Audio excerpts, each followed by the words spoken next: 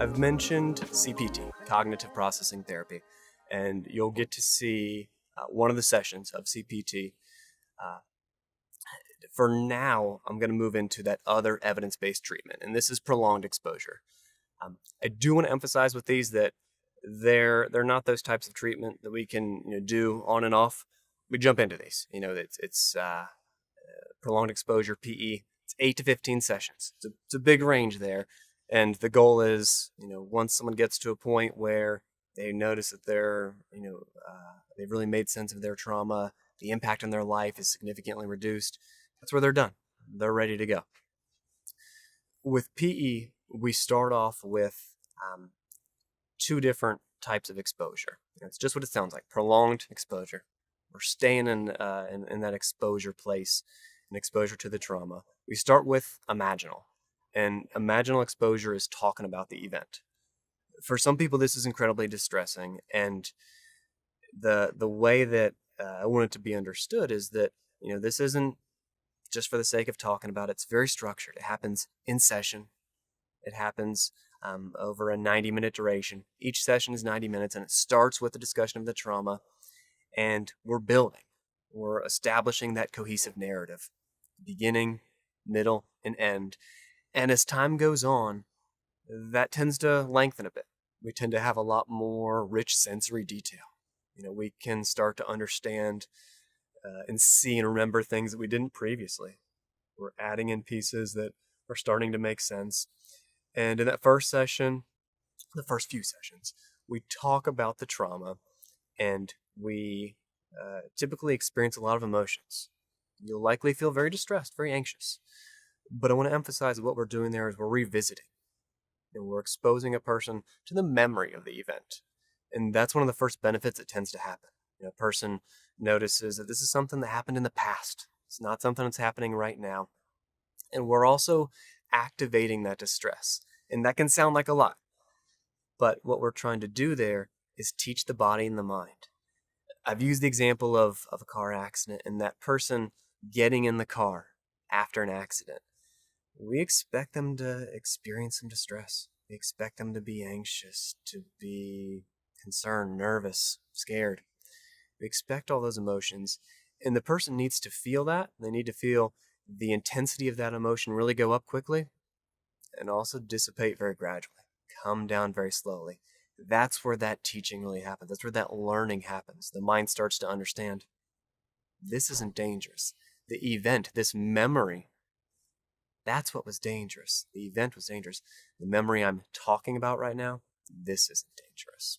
The other aspect, in addition to the imaginal exposure, is the in vivo exposure. And this is just what it sounds like. It's in real life.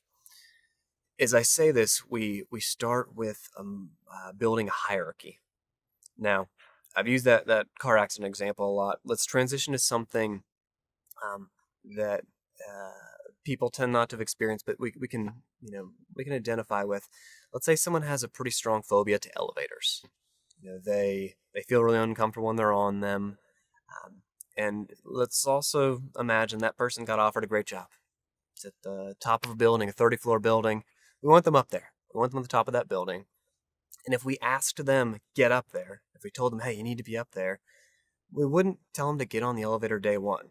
We want to give them some skills. We also want to give them that experience of what it's like on the elevator, have them understand it. And this is what in vivo exposure does. We build this hierarchy of these events, these cues that remind us of the trauma, and we start to work our way up. We're grading them in terms of their distress.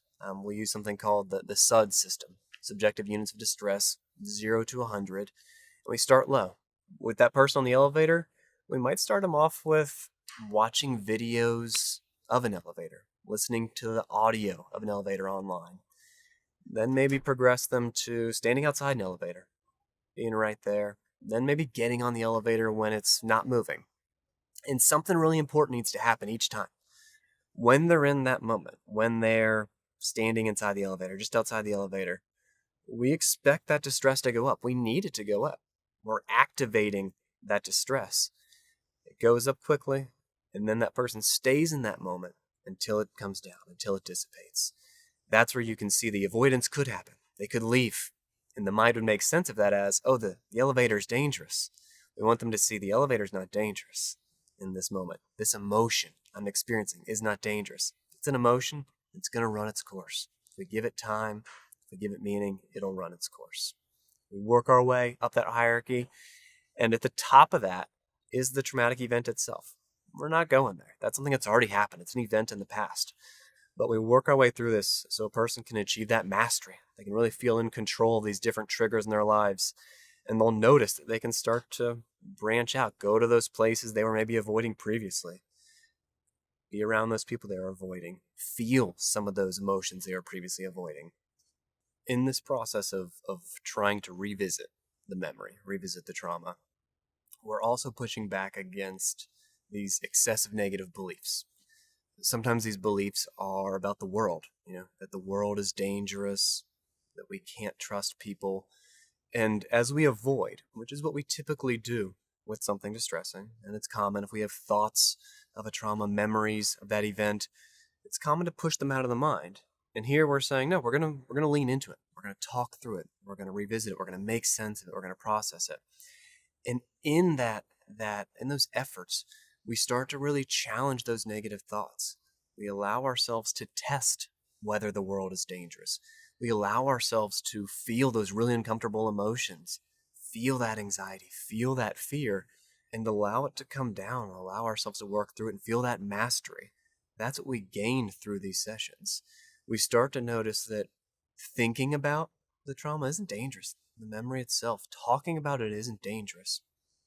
Is we learn that we can handle these situations. We can handle these sessions in this very structured environment. This office space, this consistent office space over time, it starts to generalize out into the world. We start to notice that we can feel these same emotions. And just like when we come in the beginning of that session, the fear, the anxiety will go up and it'll come down, go back up and come down. And eventually it'll stop going as high. That'll carry over into the everyday world. We can start approaching these places, start challenging, whether we can get on that elevator. Start feeling the mastery as we go up floor by floor. Each time we move up that hierarchy, it's unpleasant. It's still uncomfortable. But you'll notice something happen with that distress. As we repeatedly confront those distressing situations, we have some habituation. And that's basically saying the level of distress comes down. Very gradually, very slowly, and it's an uncomfortable process. It's a very challenging process, but it's something that we're already doing in a lot of other areas of our lives. We're saying, hey, let's just apply it in this really structured approach right here.